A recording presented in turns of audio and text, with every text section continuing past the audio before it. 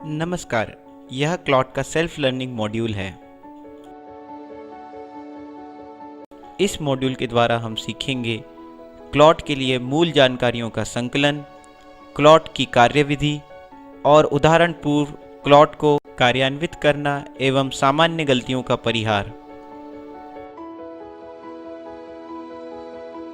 इस मॉड्यूल की विषय सूची में सम्मिलित हैं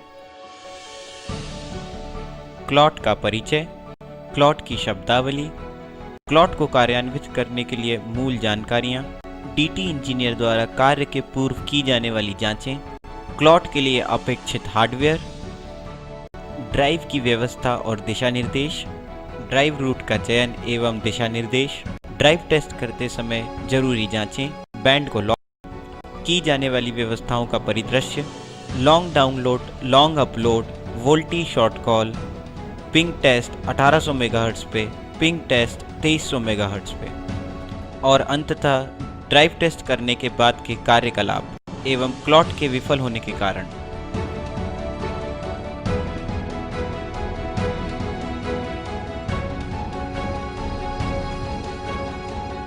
कई इनोड के सम्मिलित समूह को क्लस्टर कहते हैं।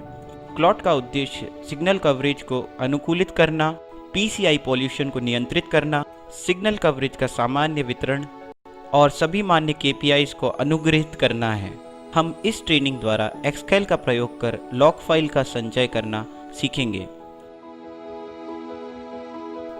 क्लॉट में अभ्यस्त शब्दावली। आरएसआरपी रेफरेंस सिग्नल रिसीव्ड पावर है। यह पीसीआई वैल्यू के साथ किसी एक सेल के कवरेज के पद चिन्ह का ब्यौरा देता है। इसकी सीमा -44 से -140 dBm तक है। साइन सिग्नल से इंटरफेरेंस और नॉइस का रेशो है। यह सिग्नल में नॉइस का लेवल बताता है। साइन कम होने का कारण सामान्यतः ओवर प्रोपोगेटिंग एलटी सिग्नल होता है। इसका माप हमेशा पॉजिटिव होना चाहिए। कम से कम -2 dB अनिवार्य है। इसका माप जितना अधिक होगा उतना ही साइन का रेशो अच्छा होगा। दर्शित टेबल आरएसआरपी और साइन की आरएफ कंडीशन को दर्शाता है। बेहतरीन परिस्थिति में आरएसआरपी -80 dBm और साइन 20 dB से अधिक होता है, जबकि सामान्य स्थिति के लिए आरएसआरपी -80 से -90 dBm और साइन 13 से 20 dB के बीच में होगा। मिड सेल रेंज में आरएसआरपी -90 से 100 और साइन 0 से 13 dB के बीच में होता है और सेल एच पर आरएसआरपी -100 से नीचे और साइन 0 से नीचे होगा। आरएसआरक्यू रेफरेंस सिग्नल रिसीव्ड क्वालिटी का संक्षेप है। इसका तात्पर्य हमें मिलने वाले रेफरेंस सिग्नल की क्वालिटी से है। इसका माप -19.5 dB से -3 dB होगा। CQI चैनल क्वालिटी इंडेक्स का संक्षेप है। यह यूई द्वारा इनोड बी को भेजी गई जानकारी जिसमें कि डाउनलिंक ट्रांसमिशन का उपयुक्त दर अंकित है उसे संचय करता है, जो कि मॉड्यूलेशन और कोडिंग की स्कीम का माप है। इसकी रेंज 0 जो सबसे बुरी और 15 जो सबसे अच्छी है तक है। MCC मोबाइल कंट्री कोड है जो कि ITU द्वारा नियत किए गए 3 अंक हैं। MNC मोबाइल नेटवर्क कोड है जो कि राष्ट्रीय प्राधिकरण द्वारा नियत किए गए 2 या 3 अंक हैं।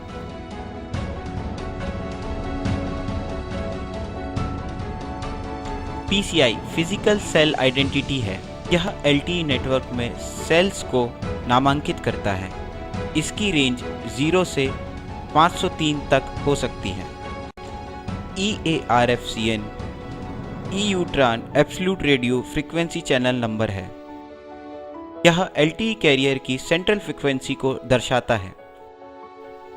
850 मेगाहर्ट्ज़ का EARFCN नंबर 2575 है, जबकि 1800 मेगाहर्ट्ज़ का 1616 और 2300 मेगाहर्ट्ज़ का 38975 है। कृपया ध्यान रखें यह EARFCN वैल्यूज मुंबई सर्कल की हैं, जो कि उदाहरण स्वरूप ली गई हैं। हर सर्कल की EARFCN वैल्यू अलग अलग होती है। सेक्टर स्वैप, जो कि किसी साइट की उपेक्षित सेल आईडी की जगह उसी साइट की कोई और सेल आईडी मिलना है, टीटी रूट को फॉलो करते समय ऐसा होना उस साइट के दोनों सेक्टर का स्वैप होना बताता है। एफएमएस फाइल मैनेजमेंट सर्वर है। इस सर्वर से हम क्लॉट के संदर्भ में ली गई लॉग फाइल्स और डेटाबेस को अपलोड और डाउनलोड करते हैं। OCNS orthogonal channel noise simulator है। OCNS ड्राइव टेस्ट करते समय उपयोग में लाया गया डमी लोड है। हमें क्लॉट को कार्यान्वित करते समय 76% OCNS लोडिंग की जरूरत होती है। क्लॉट को कार्यान्वित करने के पूर्व हमें कुछ महत्वपूर्ण बिंदुओं का ध्यान रखना जरूरी है। सुनिश्चित कर लें कि क्लस्टर में सम्मिलित 90% साइटों का SCFT हो चुका हो। क्लस्टर का DT फ्रंट कम से कम 98% हो। DT फ्रंट का तात्पर्य क्लस्टर में 3 दिन से उपस्थित साइट्स का 98% अवेलेबिलिटी होना और अलार्म फ्री होना है। सुनिश्चित करें टारगेट क्लस्टर की किसी भी साइट पर सर्विस अफेक्टिंग अलार्म ना हो। OCNS लोडिंग 76% होनी चाहिए। क्लॉट के पूर्व DT इंजीनियर द्वारा की जाने वाली जांचें। सुनिश्चित करें कि DT इंजीनियर को ड्राइव टेस्ट किए जाने वाले क्लस्टर की पूर्ण जानकारी हो। DT इंजीनियर को नेटवर्क का कॉन्फ़िगरेशन पता होना अनिवार्य है। उसे यह पता हो कि साइट पर कितने कैरियर्स हैं। DT इंजीनियर को साइट पर अंकित किए गए की पैरामीटर्स की जानकारी होना चाहिए। DT इंजीनियर द्वारा ही एंटीना वैलिडेशन भी किया जाएगा, जिससे कि यह सुनिश्चित होगा कि डेटाबेस पर दर्शाया गया एंटीना ही साइट पर लगा हो। DT इंजीनियर द्वारा ड्राइव टेस्ट शुरू करने से पहले LSMR टीम से अलार्म की जानकारी होना अनिवार्य है। बेस्ट सर्वर प्लॉट द्वारा उद्घोषित ड्राइव रूट की हार्ड कॉपी DT इंजीनियर के पास होना अनिवार्य है। DT इंजीनियर के पास 5 ऐसे सेट हों जो कि फुली चार्ज हों और जिसमें पर्याप्त मात्रा में स्टोरेज कैपेसिटी हो। DT इंजीनियर के पास मैग्नेटिक कंपास होना अनिवार्य है, जिससे कि वह एजीमुथ नाप सके। उसके पास टिल्ट मीटर होना चाहिए, जिससे कि साइट पर दी गई टिल्ट मेजर की जा सके, और लेज़र मीटर जो कि एंटेना की हाइट कैलकुलेट करने के लिए काम आता है। यह DT इंजीनियर का उत्तरदायित्व है कि वह साइट की और एक्सेस साइट के लिए उत्तरदायी अधिकारी से प्राप्त करे एवं RJIL से ड्राइव टेस्ट करने के लिए ऑथराइजेशन लेटर भी प्राप्त करें। DT इंजीनियर को जांचना है कि DT व्हीकल में इन्वर्टर हो, एक्सटेंशन बॉक्स हो और मोबाइल होल्डर्स हों। क्लॉट एक सुनियोजित कार्य है जो कि LSMR इंजीनियर और ड्राइव टेस्ट इंजीनियर के तालमेल से होता है। क्लॉट के लिए हमें अनिवार्य हैं 5 Samsung LTE core prime 4G handset या S4 मिनी हैंडसेट्स, जिनमें की वैध लाइसेंस के साथ एक्सकेल डला हुआ हो। सभी सेट्स की बैटरीज फुली चार्ज हों, वाईफाई की सेटिंग ऑफ की गई हो, mobile network LTE only mode पर हो, डेटा के लिए सिलेक्ट किया गया सिम कार्ड RJIL का हो, मोबाइल डेटा फंक्शन ऑन हो, लोकेशन मोड ऑन हो और data on roaming mode on हो। ड्राइव टेस्ट के लिए किए जाने वाले उपाय और दिशा निर्देश। 5 हैंडसेट्स को दिए गए निर्देशों के अनुसार सुनियोजित करें। जांचें कि सभी सेट पर GPS लैच हो और GPS का आइकॉन स्टेबल हो। सुनिश्चित कर लें कि ड्राइव कार में रखे इन्वर्टर से 5 हैंडसेट चार्ज हो रहे हों। Long download, long upload, WOS 850, P1800 और P2300 केसेस को एक साथ चालू करें। सुनिश्चित करें 5 सेट्स में लॉग्स जनरेट हो रहे हों। सुनिश्चित ड्राइव रूट पर अग्रसर हों, जैसा कि एक्सकेल की मैप विंडो पर दिखा रहा हो। सुनिश्चित कर लें कि फाइल साइज लिमिट जो कि 50 MB DRX फॉर्मेट में है 5 सेल्स में दिखा रहा हो। ड्राइव रूट का चयन और उसके लिए दिशा निर्देश।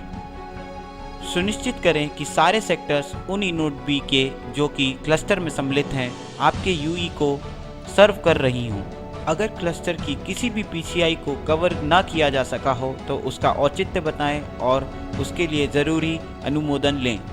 क्लस्टर में मौजूद हाईवे, मेजर और माइनर रोड्स को ड्राइव टेस्ट करते समय सम्मिलित करें। यह ऑप्टिमाइजेशन इंजीनियर का कार्य है। डीटी इंजीनियर को पहुंचे जा सकने वाले सभी रोडों को कवर करना है और किसी भी ब्लॉक रोड का प्रूफ सम्मिलित करना है। सुनिश्चित करें ड्राइव व्हीकल की गति सीमा 40 किलोमीटर प्रति घंटा से ऊपर ना हो। डीटी इंजीनियर सुनिश्चित करे कि साइट का डेटाबेस और ड्राइव रूट मैप विंडो में एक्सकेल पर दर्शित हो रहा हो।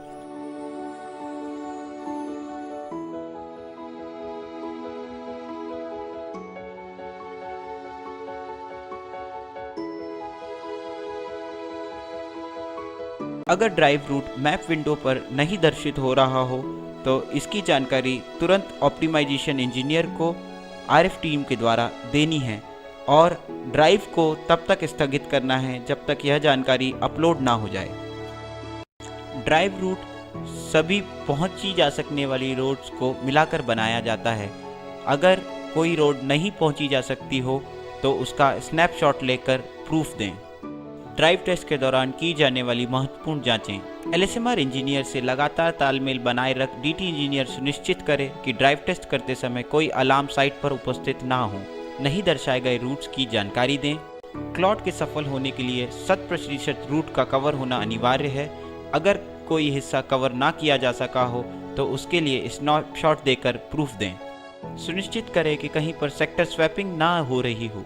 किए गए अधिकतर क्लॉट सेक्टर स्वैप के कारण ही विफल रहे हैं। Band locking. आगे दिखाए गए परिदृश्य में हम देखेंगे कि बैंड लॉकिंग कैसे की जाएगी। यह पहले मोबाइल का होम स्क्रीन है। निचले बाएं कोने पर दिए गए एप्लीकेशन आइकन पर क्लिक करें। मेन्यू में से एक्सकेल एप्लीकेशन का आइकॉन क्लिक करें और एक्सकेल एप्लीकेशन पे जाएं। एक्सकेल सॉफ्टवेयर का वर्जन ऊपरी बाएं कोने पे दिखेगा। एक्सकेल की एक्सपायरी डेट नीचे दिखाई गई है।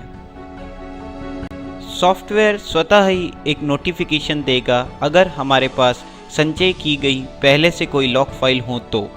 गो बटन पर क्लिक करें अगर आप इन्हें अपलोड करना चाहते हैं अथवा लेटर पर क्लिक करें। मोबाइल पर जीपीएस सेटिंग ऑन होना अनिवार्य है। सेटिंग्स पर जाने के लिए गो बटन पर क्लिक करें। मोबाइल की लोकेशन सेटिंग्स में जाकर लोकेशन ऑप्शन को ऑन करें। अब आपके मोबाइल पर जीपीएस पोजीशनिंग ऑन हो गई है।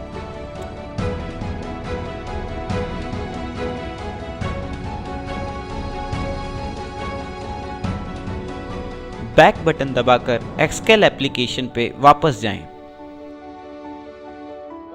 इस तरह हम एक्सकेल एप्लीकेशन पर वापस आ गए हैं। सुनिश्चित करें कि जीपीएस का आइकॉन स्टेबल हो गया हो।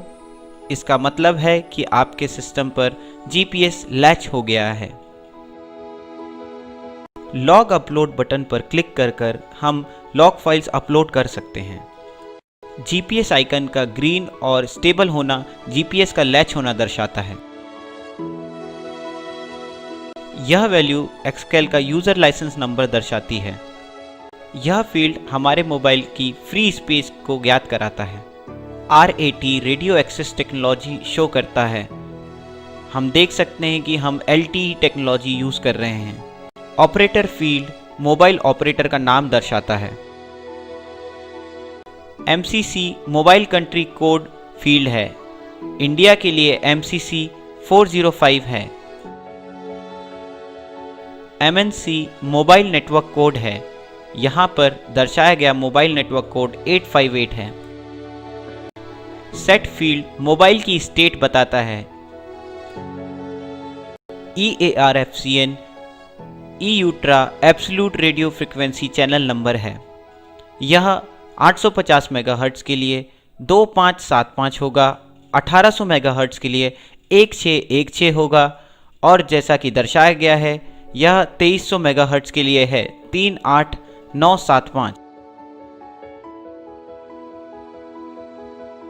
ध्यान रखें दर्शाई गई वैल्यूज मुंबई सर्कल के लिए हैं।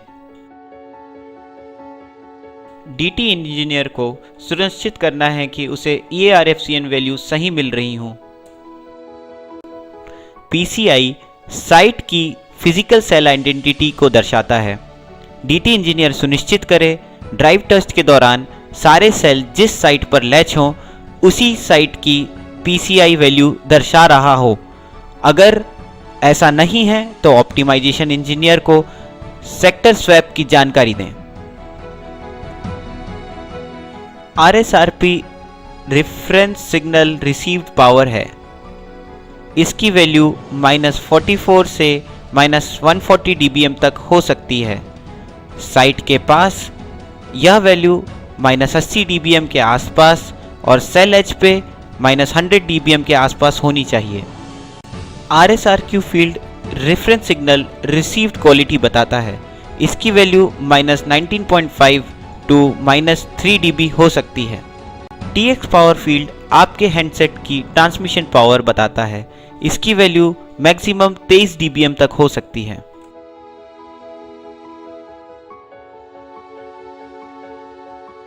साइनार field signal to noise ratio बताता है। यह बहुत ज़रूरी है कि साइनार की वैल्यू सेल के पास 20 dB से ऊपर या बराबर हो और सेल एज पे 0 dB से ऊपर या बराबर हो। साइनार की वैल्यू -30 dB से +30 dB तक हो सकती है। CQI चैनल क्वालिटी इंडेक्स है। इसकी वैल्यू जितनी ज़्यादा हो उतना अच्छा है। ऊपर दर्शाए गए राइट कॉर्नर पे 3 डॉट्स को क्लिक करें ताकि आप FMS मोड पर जा सकें। दर्शाई गई FMS मोड बटन पर क्लिक करें। चेक बटन पर क्लिक कर यह सुनिश्चित करें कि आपका मोबाइल किस बैंड पर लॉक है। फ़ोन जिस पर लॉक है और सेट किया गया बैंड चेक बटन दबाते से ही दर्शित होगा। ओके बटन पर जाके सुनिश्चित करें। यहाँ क्लिक कर अवेलेबल बैंड्स की लिस्ट देखें। दर्शाई गई लिस्ट पर 3 बैंड्स हैं। 850 मेगाहर्ट्ज़ पर क्लिक करें। ओके बटन पर जाकर सुनिश्चित करें। अब आप देख सकते हैं कि लॉक बैंड और सेटिंग बैंड अलग अलग हैं। ओके पर जाकर सुनिश्चित करें। दर्शाया गया वीडियो आपको बैंड सेटिंग होते हुए दिखा रहा है। ओके बटन पर क्लिक करें। फ़ोन को रीस्टार्ट करें जिससे कि 850 मेगाहर्ट्ज़ पर आपका बैंड सिलेक्ट हो जाएगा। अब हम लॉन्ग डाउनलोड परिदृश्य को विस्तार से देखेंगे।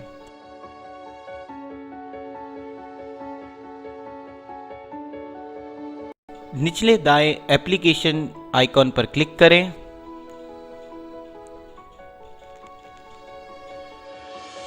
एक्सकेल सॉफ्टवेयर के आइकन पर जाएं, उसे क्लिक कर एक्सकेल एप्लीकेशन खोलें।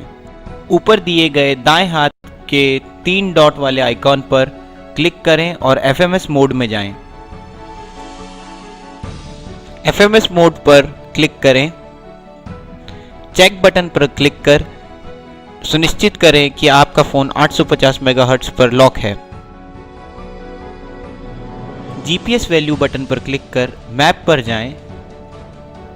दर्शाए गए मैप पर कुछ देर क्लिक कर रखें ताकि मैप पर दिए गए लैटिट्यूड और लॉन्गिट्यूड अपीयर हों। ओके कर सुनिश्चित करें। बैक बटन कर वापस जाएं। डाउन बटन पर क्लिक करें। 2 क्लस्टर के नाम आपको दर्शित होंगे। पहला आपका टारगेट क्लस्टर है, दूसरा इसका नेबरिंग क्लस्टर है। अपने टारगेट क्लस्टर को सिलेक्ट करें। अब सेटिंग बटन पर क्लिक करें। दर्शित लिस्ट में से सिलेक्ट बटन पर क्लिक करें। यहाँ पर क्लस्टर 1800 या 2300 मेगाहर्ट्ज़ के क्लाउड ड्राइव के लिए होगा। 850 के लिए क्लस्टर 850 मेगाहर्ट्ज़ सिलेक्ट करें।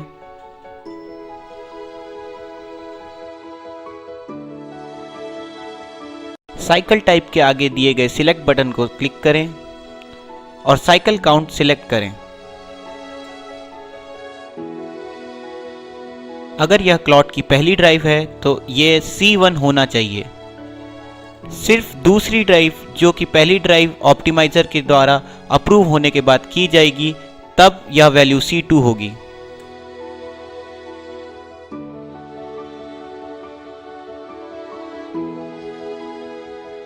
सेव बटन पर जाकर सेटिंग्स संचय करें। अब दर्शाए गए क्लस्टर नेम पर सिलेक्ट करें। इससे क्लस्टर का ड्राइव रूट डाउनलोड हो जाएगा।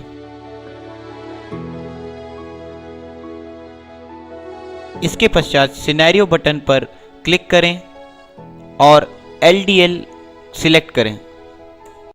ध्यान रखें, अगर आपका फ़ोन 850 मेगाहर्ट्ज़ पर सिलेक्टेड है तो LDL, LUL और WASP 850 ही सिलेक्ट किया जा सकता है। P1800 और P2300 के लिए आपको दूसरे बैंड पर सिलेक्ट होना होगा।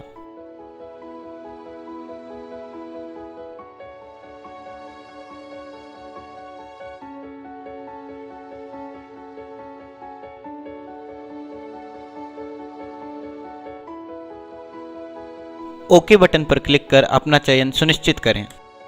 इसके उपरांत FTP बटन पर क्लिक करें। वहां से अपने सर्कल के FTP सर्वर पर क्लिक कर अपना FTP सर्वर का चयन करें। स्टार्ट बटन पर क्लिक कर लॉग फाइल का संचय शुरू करें।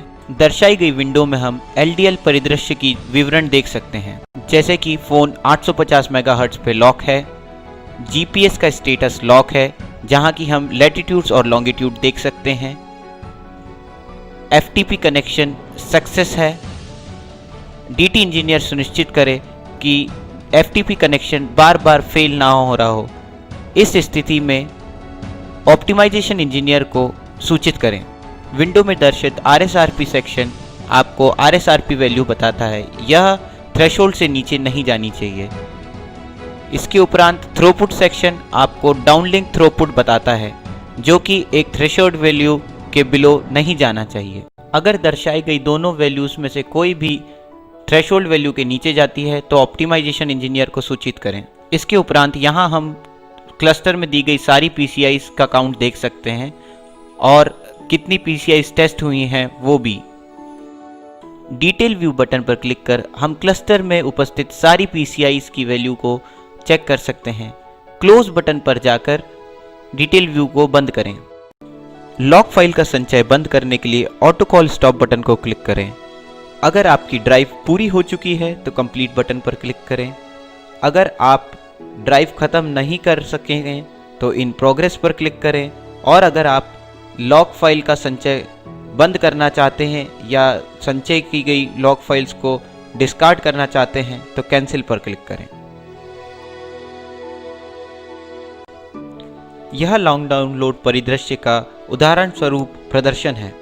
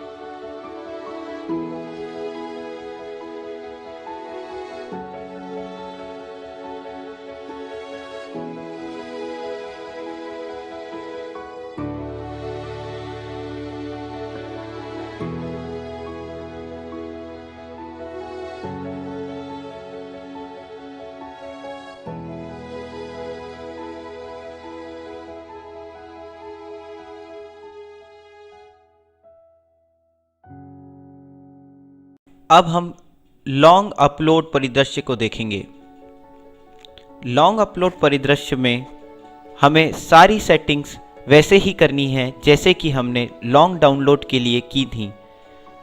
इस परिदृश्य में बस अंतर यह है कि हम सिनेरियो बटन में क्लिक कर दिए गए तीनों परिदृश्य से LUL परिदृश्य को सिलेक्ट करेंगे।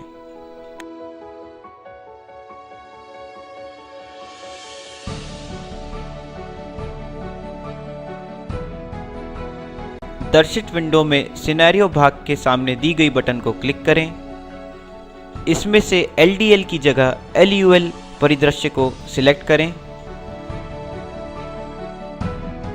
परिदृश्य को सुनिश्चित करने के लिए ओके करें। इसके उपरांत FTP बटन पर क्लिक कर अपने सर्कल से संबंधित FTP सर्वर का चयन करें। इसके पश्चात स्टार्ट बटन पर क्लिक कर लॉग फाइल का संचय शुरू करें। यह लॉन्ग डाउनलोड का मेन GUI है। यहाँ पर हम देख सकते हैं कि हमारा सेट 850 मेगाहर्ट्ज पर सिलेक्टेड है। GPS की स्थिति लॉक पे है। लैटिट्यूड्स और लॉन्गिट्यूड दर्शाए जा रहे हैं। FTP कनेक्शन का स्टेटस दिखा रहा है। अगर FTP कनेक्शन बार बार फेल हो रहा है या RSRP की वैल्यू एक थ्रेशहोल्ड के नीचे जा रही है तो ऑप्टिमाइजेशन इंजीनियर को सूचित करें और प्रॉब्लम को सॉल्व करें। थ्रूपुट विंडो में अब अपलोड का थ्रूपुट बताया जाएगा। PCI डिटेक्टेड विंडो में हम करेंटली लेज्ड PCI की वैल्यू देख सकते हैं। डिटेल व्यू में जाकर हम क्लस्टर की सारी PCIs को चेक कर सकते हैं। अगर हमें PCI की सही वैल्यू नहीं मिल रही है तो ऑप्टिमाइजेशन इंजीनियर को सेक्टर स्वैप का ब्यौरा दें।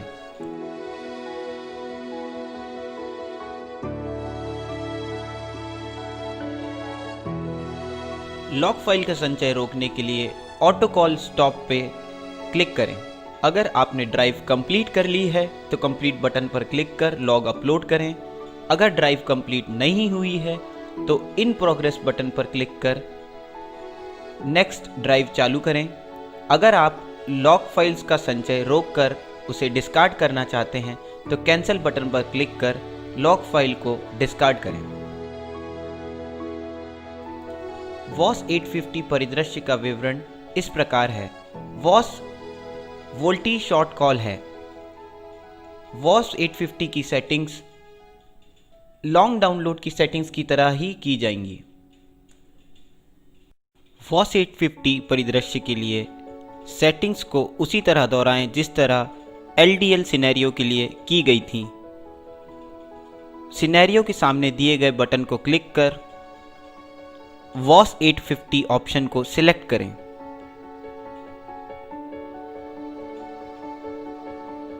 ओके कर सेटिंग्स को सुनिश्चित करें। अब वॉस 850 सिनेरियो कॉन्फ़िगर हो रहा है। FTP बटन पर जाएं और अपने सर्कल के लिए सुनिश्चित FTP सर्वर को सिलेक्ट कर ओके करें। स्टार्ट बटन पर क्लिक कर लॉग फाइल का संचय शुरू करें। यहाँ पर हम देख सकते हैं कि हमारा सेट 850 मेगाहर्ट्ज पर लैच है। GPS का स्टेटस लॉक है और लैटिट्यूड और लॉन्गिट्यूड दिखा रहा है। इसके उपरांत PCI वैल्यू दर्शित है जिस पर कि हमारा सेट लैच्ड है। SINR window signal to noise ratio की वैल्यू शो कर रहा है। साइनार की वैल्यू -2 dBm से नीचे नहीं होनी चाहिए। इसके उपरांत रैच विंडो जो कि रैच अटेम्प्ट, रैच सक्सेस और रैच फेल बताता है।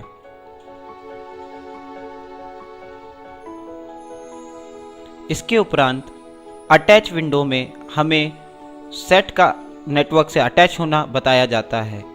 वोल्टी स्टेटस हमें वोल्टी कॉल के सक्सेस और फेलियर के बारे में बताता है। वोल्टी ओरिजिनेशन में हम टोटल नंबर ऑफ अटेम्प्ट्स देख सकते हैं जो कि सक्सेस हुए हैं वोल्टी शॉर्ट कॉल के लिए या फिर फेल हुए हैं। ऑटो कॉल स्टॉप पर जाकर क्लिक कर लॉक फाइल का संचय बंद करें। अगर आपने ड्राइव पूरी कर ली है तो दिए गए 3 ऑप्शंस में से कंप्लीट बटन को सिलेक्ट करें। अगर आप ड्राइव को कंप्लीट नहीं कर पाए हैं और ड्राइव जारी रखनी है तो इन प्रोग्रेस बटन पर क्लिक करें। अगर आप लॉक फाइल का संचय बंद कर उसे डिस्कार्ड करना चाहते हैं तो कैंसिल बटन पर क्लिक कर लॉक फाइल का संचय बंद करें। अब हम 1800 मेगाहर्ट्ज के लिए पिंग टेस्ट के परिदृश्य को देखेंगे। पिंग टेस्ट के लिए की जाने वाली सारी सेटिंग्स लॉन्ग डाउनलोड की सेटिंग्स की तरह ही होंगी। अंतर सिर्फ की गई सेटिंग्स में बैंड का सिलेक्शन और सिनेरियो का सिलेक्शन होगा। चेक बटन पर क्लिक कर सुनिश्चित करें कि आपका फ़ोन किस बैंड पर लैच है। करेंटली फ़ोन आपका 850 मेगाहर्ट्ज पर लैच है। ओके बटन पर क्लिक कर बाहर जाएं। बैंड के सामने दी गई बटन को क्लिक कर 1800 मेगाहर्ट्ज सेलेक्ट करें। ओके पर क्लिक कर सेटिंग सुनिश्चित करें। अब आपका फ़ोन 1800 मेगाहर्ट्ज पर लैच हो रहा है। इसके उपरांत सेटिंग्स को सुनिश्चित कर ओके बटन दबाएं और फ़ोन को रीस्टार्ट करें। यह चौथे हैंडसेट की मेन विंडो है। निचले दाएं कॉर्नर पर दी गई एप्लीकेशन विंडो को क्लिक करें। एक्सकेल आइकॉन को सिलेक्ट कर एक्सकेल एप्लीकेशन पर जाएं। यहाँ पर हम देख सकते हैं कि एक्सकेल का वर्जन क्या है और एक्सकेल के लाइसेंस की एक्सपायरी डेट क्या है। इसके उपरांत दर्शित विंडो में अगर पुरानी संचय की गई लॉक फाइल को सेव करना चाहते हैं तो गो क्लिक करें अथवा लेटर बटन पर क्लिक कर आगे बढ़ें। ऊपरी दाएं कोने पर दी गई 3 डॉट वाली बटन क्लिक कर FMS मोड पर जाएं। FMS मोड बटन को क्लिक करें। चेक बटन पर जाकर सुनिश्चित करें कि आपका फ़ोन 1800 मेगाहर्ट्ज पर लॉक है। ओके कर सुनिश्चित करें।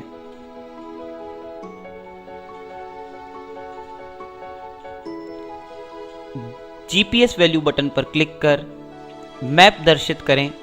मैप पर कहीं पर भी कुछ देर क्लिक कर GPS के लैटिट्यूड और लॉन्गिट्यूड को दर्शाएं। ओके बटन क्लिक कर GPS वैल्यूज़ को सुनिश्चित करें। बैक बटन दबाकर एक्सकेल एप्लीकेशन पे वापस जाएं। दोबारा बैक बटन दबाकर एक्सकेल की मेन विंडो पे आएं। डाउन बटन दबाकर टारगेट सेक्टर और नेबरिंग सेक्टर में से टारगेट सेक्टर को सिलेक्ट करें।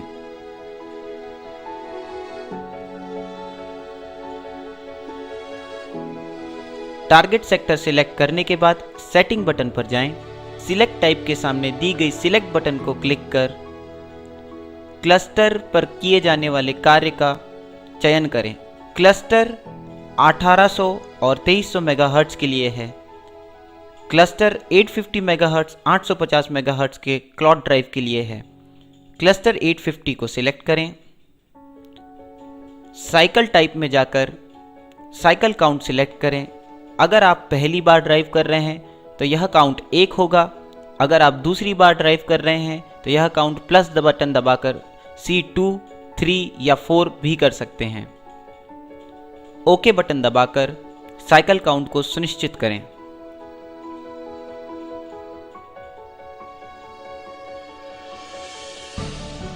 ओके बटन दबाएं और साइकिल काउंट सुनिश्चित करें। इसके उपरांत सेव बटन दबाकर सेटिंग्स का संचय करें। सिलेक्ट रूट में टारगेट क्लस्टर को सिलेक्ट कर ड्राइव रूट डाउनलोड करें। ओके बटन दबाएं। ओके बटन दबाएं। इसके उपरांत सिनेरियो बटन पर जाकर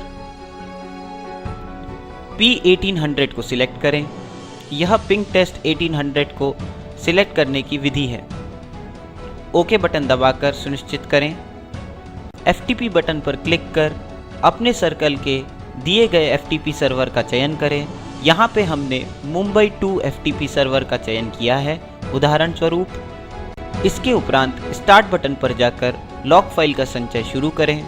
यहाँ हम देख सकते हैं कि हमारा फ़ोन 1800 मेगाहर्ट्ज़ पर लैच्ड है, जीपीएस की वैल्यू लॉग्ड है और लैटिट्यूड और लॉन्गिट्यूड दर्शित हैं, आरएसआरपी की वैल्यू दर्शित है। यह वैल्यू अगर किसी भी तरीके से थ्रेशहोल्ड के नीचे जा रही है तो कृपया ऑप्टिमाइजेशन इंजीनियर को सूचित करें। पीसीआई की वैल्यू जो कि 106 है दर्शित है। यह वैल्यू हमारे करंटली लैच्ड सेक्टर की वैल्यू है। साइनार की वैल्यू 25 dB दर्शित है। यह वैल्यू -2 dB के नीचे ना जाए यह सुनिश्चित करें। इसके उपरांत डेटा एक्टिविटी टैब पर ट्रैफिक की स्थिति बताई जा रही है। यहाँ पे हम देख सकते हैं कि साइट पर कोई ट्रैफिक है या नहीं। इस विंडो के नीचे दर्शाई गई विंडो टेस्ट सिनेरियो का नाम बताती है और नंबर ऑफ पिंग टेस्ट जो कि सक्सेस हो चुके हैं या फिर फेल हो चुके हैं वह दर्शाती है। ऑटो कॉल स्टॉप बटन पर जाकर लॉग फाइल का संचय बंद करें। तीनों दर्शित ऑप्शन में से अगर आपकी ड्राइव कंप्लीट हो गई है तो कंप्लीट बटन पर क्लिक करें। अगर आप ड्राइव को जारी रखना चाहते हैं तो इन प्रोग्रेस बटन पर क्लिक करें और संचित की गई लॉग फाइल्स को डिस्कार्ड करना चाहते हैं तो कैंसिल बटन पर क्लिक कर लॉग फाइल्स को डिस्कार्ड करें। इसके उपरांत हम पिंग टेस्ट 2300 परिदृश्य का विवरण देखेंगे। पिंग टेस्ट 2300 के लिए की जाने वाली सेटिंग लॉन्ग डाउनलोड की सेटिंग की तरह ही है।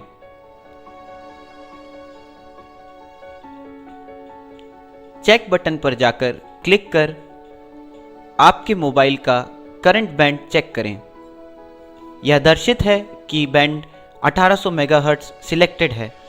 ओके बटन पर जाकर सेटिंग से बाहर आएं। बैंड बटन पर क्लिक कर 2300 मेगाहर्ट्ज़ बैंड को सिलेक्ट करें। ओके बटन पर दबाकर सेटिंग सुनिश्चित करें। यह दर्शित है कि अब बैंड 2300 मेगाहर्ट्ज़ होने जा रहा है। फ़ोन बैंड सिलेक्ट कर 1800 से 2300 मेगाहर्ट्ज़ पर लैच हो रहा है। सेटिंग्स कंप्लीट होने पर फ़ोन को रीस्टार्ट करें। फ़ोन की रीस्टार्ट होने के उपरांत एक्सकेल बटन पर जाकर एक्सकेल एप्लीकेशन खोल सेटिंग्स मोड में आ जाएं, जैसा कि आपने LUL सिनेरियो या LDL सिनेरियो में किया है। एक्सकेल सेटिंग विंडो में आने के उपरांत चेक बटन पर क्लिक कर सुनिश्चित करें कि आपका फ़ोन 2300 मेगाहर्ट्ज़ पर लैच हो चुका हो। 2300 मेगाहर्ट्ज़ पर फ़ोन लैच है, ओके कर सुनिश्चित करें। डेस्टिनेशन पर क्लिक कर दर्शित हो रहे मैप पर कहीं पर भी कुछ देर क्लिक कर लैटिट्यूड और लॉन्गिट्यूड की वैल्यू अनुग्रहित करें। ओके बटन पर क्लिक कर संचय करें। बैक बटन पर क्लिक कर वापस एक्सकेल एप्लीकेशन पर जाएं। इसके पश्चात डाउन बटन पर क्लिक कर दर्शाए गए टारगेट क्लस्टर और नेबरिंग क्लस्टर में से टारगेट क्लस्टर को सिलेक्ट करें। टारगेट क्लस्टर के सिलेक्शन को सुनिश्चित करने के बाद सेटिंग्स बटन पर जाएं। यहाँ पे सिलेक्ट टाइप बटन के सामने दी गई सिलेक्ट बटन पर क्लिक कर क्लस्टर 850 पर क्लिक करें। इसके उपरांत साइकिल काउंट सिलेक्ट करें। अगर यह आपकी पहली ड्राइव है तो साइकिल काउंट C1 होगा। अगर ड्राइव का काउंट बढ़ चुका है तो प्लस दबाकर काउंट को C1, C2 या C3 भी कर सकते हैं। ओके बटन पर क्लिक कर साइकिल काउंट को सुनिश्चित करें। यहाँ हमने उदाहरण स्वरूप पहली ड्राइव के लिए काउंट को 1 रखा है। सेव बटन पर जाकर की गई सेटिंग्स का संचय करें।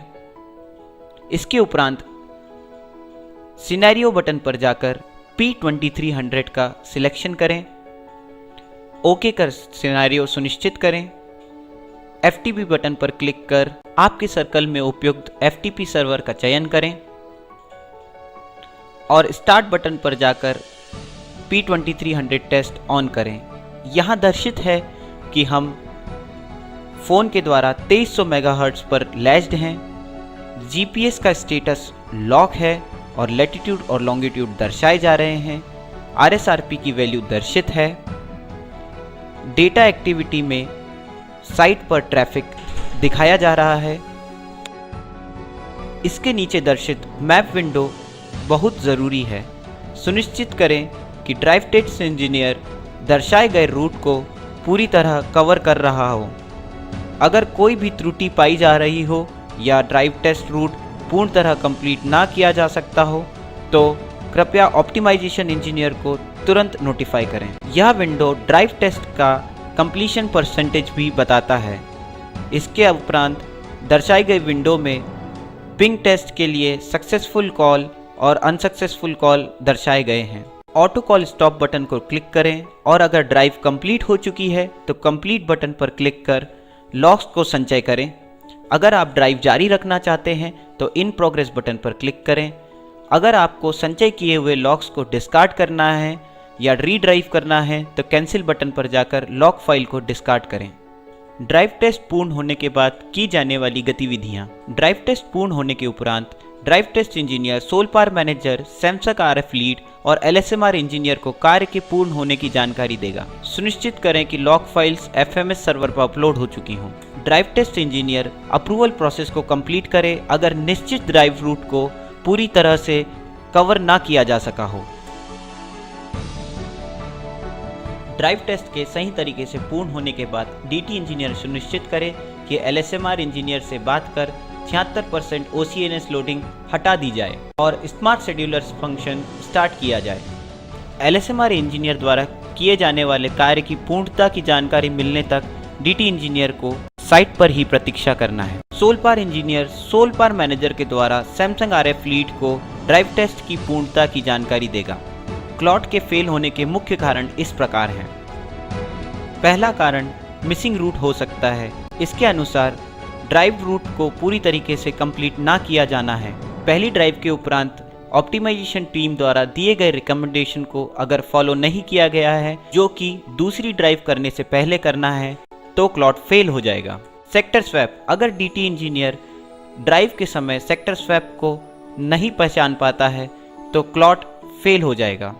चौथा और सबसे महत्वपूर्ण बिंदु है साइट डाउन या अलार्म होना। ड्राइव के दौरान अगर कोई साइट डाउन हो जाती है या साइट पर अलार्म आ जाता है जो कि रेक्टिफाई नहीं किया गया है तो क्लॉट फेल हो जाएगा। क्लॉट की कार्यविधि का संक्षिप्त वर्णन यहाँ पर है। क्लॉट करने के लिए हमें 5 Samsung LTE core prime sets जिन पर वैलिड एक्सकेल लाइसेंस हो और जिनकी बैटरी पूर्ण तरह चार्ज हो अनिवार्य हैं। जीपीएस लॉक्ड स्थिति में होना चाहिए। ऑप्टिमाइजेशन इंजीनियर द्वारा निश्चित किए गए सारे ड्राइव रूट को ड्राइव करना अनिवार्य है। अगर ऐसा ना किया जा सका हो तो प्रॉपर जस्टिफिकेशन एवं फोटोज के साथ प्रूफ सबमिट करें। सेक्टर स्वैप को मिस ना करें। साइट डाउन या अलार्म की स्थिति में ड्राइव को रोककर अलार्म को सुधारें अथवा क्लॉट फेल हो जाएगा। सुनिश्चित करें कि क्लस्टर की 90% साइट्स कम से कम ऑन एयर हों। ड्राइव के दौरान निश्चित किए गए सारे पैरामीटर्स को नज़दीकी से जांचा जा रहा हो यह सुनिश्चित करें। मोबाइल्स सही बैंड पर लॉक हों और एक साथ टेस्ट शुरू किए गए हों ऐसा सुनिश्चित करें। धन्यवाद।